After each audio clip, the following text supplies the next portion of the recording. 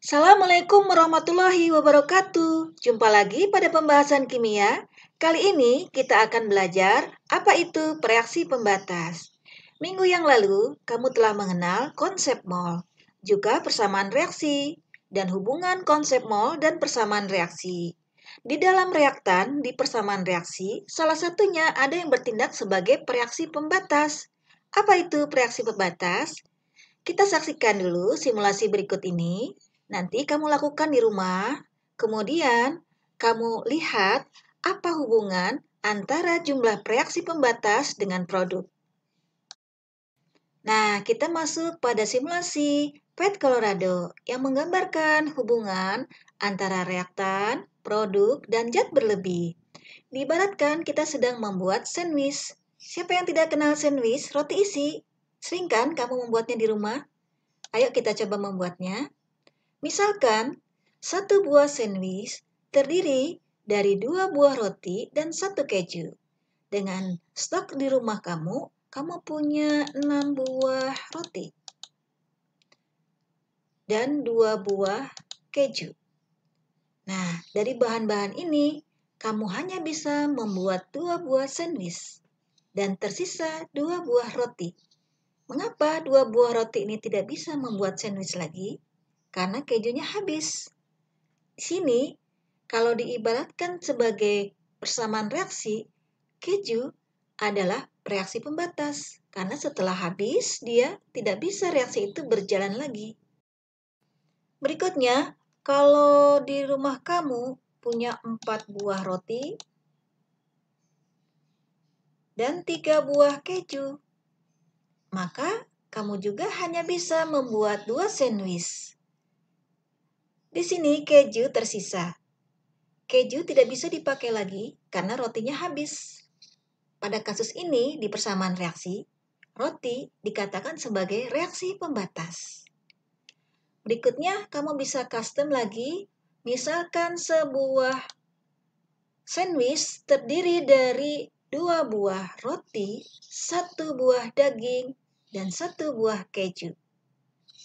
Nah, perhatikan di sini, kita punya 6 buah roti, 3 daging, dan 6 keju.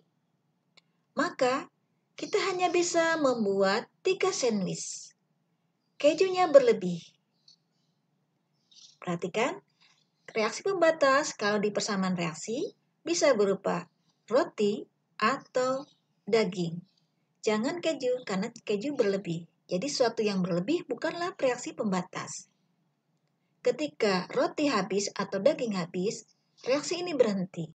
Nah, sekarang kita klik di sini molekul, maka tampilannya akan seperti ini. Sekarang kita akan membuat air.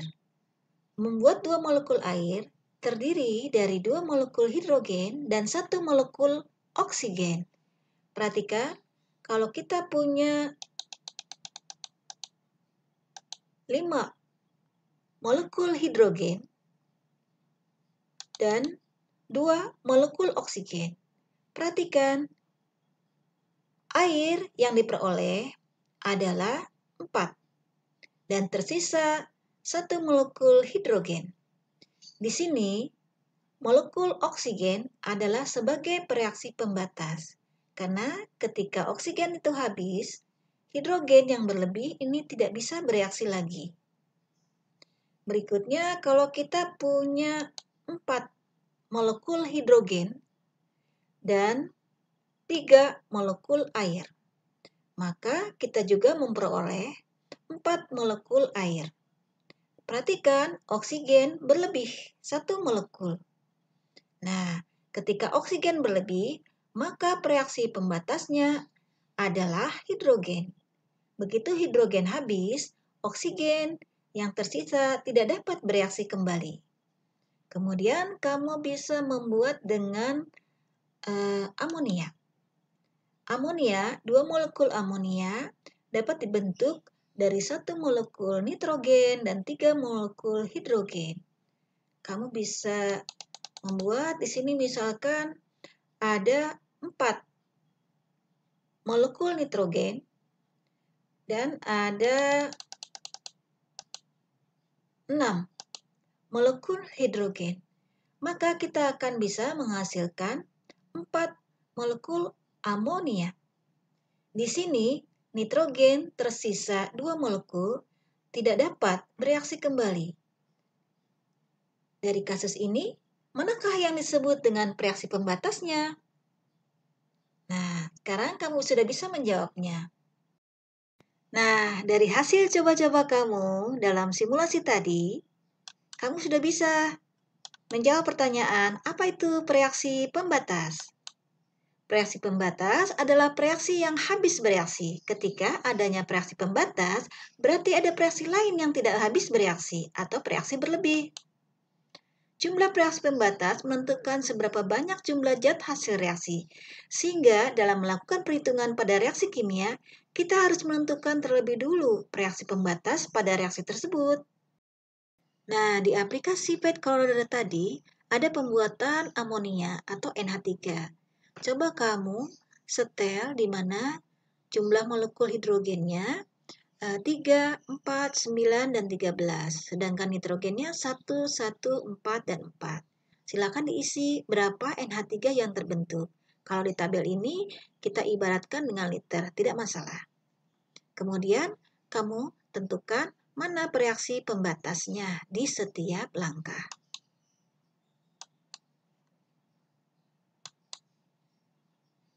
Trik menentukan reaksi pembatas. Dalam bahasan reaksi pembatas, sering muncul istilah zat berlebih atau ekses. Ini dapat diartikan bahwa zat yang berlebih bukanlah sebagai reaksi pembatas. Misalkan reaksi antara gas A dan B menghasilkan AB. Jika terdapat kalimat zat A direaksikan dengan zat B berlebih, dapat dipastikan reaksi pembatasnya adalah A, karena B berlebih. Jika zat A habis bereaksi lebih dulu, maka zat B akan dijumpai sisanya. Jika disediakan jumlah keduanya, misalkan A plus B menjadi AB, misalkan A 50 liter, B-nya 30 liter. Perhatikan di sini perbandingan volume dari gaya rusak sama dengan perbandingan koefisiennya. Karena perbandingan antara zat A dan zat B adalah 1:1, maka reaksi pembatas adalah jumlah yang paling sedikit. Jadi sudah bisa terlihat mana yang digunakan sebagai reaksi pembatas adalah yang paling sedikit. Tapi, jika perbandingannya tidak sama, misalkan reaksinya 2A plus B menjadi A2B, koefisien A di sini adalah 2, koefisien B1, koefisien A 2B1. Kemudian disediakan yang koefisien 2 ini 50 liter, yang koefisien 1 ini B 30 liter. Maka zat A adalah reaksi pembatas. Nih, walaupun angkanya 50 liter, A ini adalah reaksi pembatas karena 50 liter ini untuk 2, koefisien A-nya 2. Jadi setiap satu koefisiennya adalah 25, berarti dia yang paling sedikit. Maka B yang terbentuk adalah setengahnya, 1/2 dari 50 atau 25 liter, sehingga didapatkan sisa B. Zat B berlebih 5 liter. Contoh soal. Suatu reaksi berlangsung sesuai persamaan reaksi berikut. 2Al plus 3Cl2 menjadi 2AlCl3. Tersedia 1,2 mol Al, 2,4 mol Cl2. Zat apakah yang bertindak sebagai reaksi pembatas? Dan berapa sisa zat yang tidak bereaksi? Perhatikan di sini perbandingan koefisien antara Al dengan Cl adalah 2:3. Ingat bahwa perbandingan mol adalah sebanding dengan perbandingan koefisiennya. Perhatikan, Al koefisiennya 2, 1,2 mol. Kalau kita bagi 2, masing-masing 0,6 mol. Sedangkan Cl yang koefisiennya 3, 2,4 mol. Kalau dibagi 3, masing-masing 0,8 mol. Mana yang paling sedikit di sini? Yang paling sedikit adalah Al, 0,6 mol. Maka Al adalah reaksi pembatas. Perhatikan reaksinya, 2Al plus 3Cl2 menjadi 2AlCl3. Karena perhitungan berpatokan pada Al sebagai reaksi pembatas. Jadi semuanya mengacu pada Al. Karena kalau Al habis, semua reaksi terhenti. Sedangkan Cl yang terpakai adalah 3/2 kali 1,2 mol sama dengan 1,8 mol. Ingat, rumus jumlah mol yang dicari adalah koefisien yang dicari dibagi koefisien zat pembatas dikali jumlah mol zat pembatas. Perhatikan, 3 ini adalah koefisien yang dicari, kemudian 2 ini adalah koefisien zat pembatasnya. Tadi kita sudah tahu bahwa Al sebagai reaksi pembatas. Jumlah zat mol pembatasnya adalah 1,2. Di sini Al adalah 1,2. Cl yang tidak habis bereaksi, kita buat selisihnya. Tadi yang tersedia 2,4 mol dikurangi 1,8 mol sama dengan 0,6 mol. Contoh soal kedua, perhatikan reaksi berikut. C4H8 plus 6O2 menjadi 4CO2 plus 4H2O. Hitung jumlah molekul reaksi berlebih yang bersisa ketika 28 molekul butana dan 228 molekul oksigen bereaksi. Penyelesaiannya, perhatikan bahwa jumlah molekul ini juga sebanding dengan jumlah koefisien reaksi. Maka, bisa langsung dihitung perbandingannya. Sekarang, satu molekul C4H8, 28 molekul yang tersedia. Maka di sini ada 28 molekul karena koefisiennya 1. Sedangkan oksigen ada 228 molekul untuk 6 molekul. Kalau kita bagi 6 adalah 38. Di sini mana yang lebih kecil? Tentu C4H8. Maka reaksi pembatasnya adalah C4H8 atau butana. Menentukan berapa banyak oksigen yang bereaksi dengan 28 molekul C4H8. Perhatikan, tadi kita sudah menentukan mana reaksi pembatasnya. Maka kita gunakan rumus molekul yang dicari sama dengan koefisien yang dicari dibagi koefisien pembatas dikali jumlah molekul pembatasnya. Nah, untuk reaksi ini, perbandingan koefisiennya adalah 1:6. Maka jumlah molekul oksigen yang bereaksi dengan butana adalah 6 adalah koefisien yang dicari dibagi 1 adalah koefisien pembatasnya. Di sini butana sebagai koefisien pembatas dikali 28 adalah jumlah molekul pembatasnya. Maka kita hitung 168 molekul. Tentukan jumlah molekul oksigen yang berlebih. Maka yang tersedia tadi 228, sedangkan yang dipakai adalah 168 molekul, maka sisanya 60 molekul.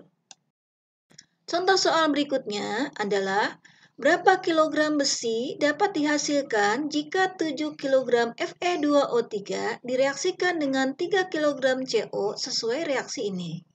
Fe2O3 plus 3CO menjadi 2Fe plus 3C. Kemudian berapa kilogram sisa reaksi berlebih setelah reaksi berhenti. Perhatikan, di dalam soal ini hanya diketahui masanya. Massa tidak bisa langsung diperbandingkan atau dihubungkan dengan persamaan reaksi. Karena itu harus kita ubah lagi menjadi mol. Maka untuk menjawabnya kita ubah menjadi mol. 7 kg Fe2O3 adalah 7.000 gram. Kalau kita bagi dengan MR-nya yaitu 160, maka hasilnya 43,75 mol. Sedangkan CO adalah 3 kg atau 3.000 gram. Kalau kita bagi dengan MR-nya 28, maka dihasilkan 107,14 mol. Perhatikan di sini, koefisien Fe2O3 1, koefisien CO3. Dari sini kita tidak bisa melihat yang mana yang paling sedikit karena perbandingan koefisiennya berbeda.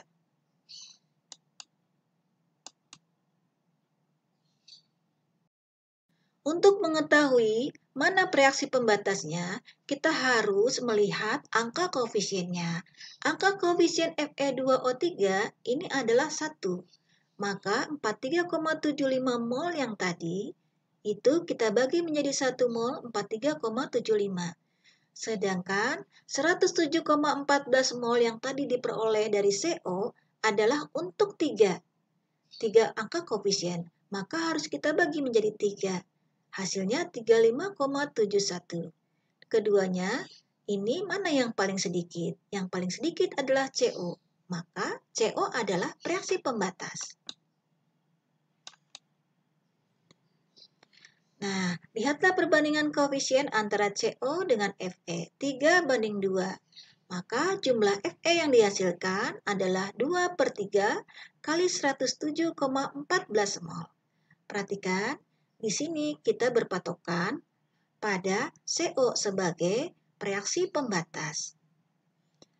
Kita konversikan 71,42 mol Fe dalam kilogram. 71,42 mol kali 56 gram per mol, maka dihasilkan 3.999,52 gram atau 3,99 kg besi. Maka mol Fe2O3 berbanding dengan mol CO 1:3. Dihasilkan 1/3 kali 107,14 mol, 35,71 mol.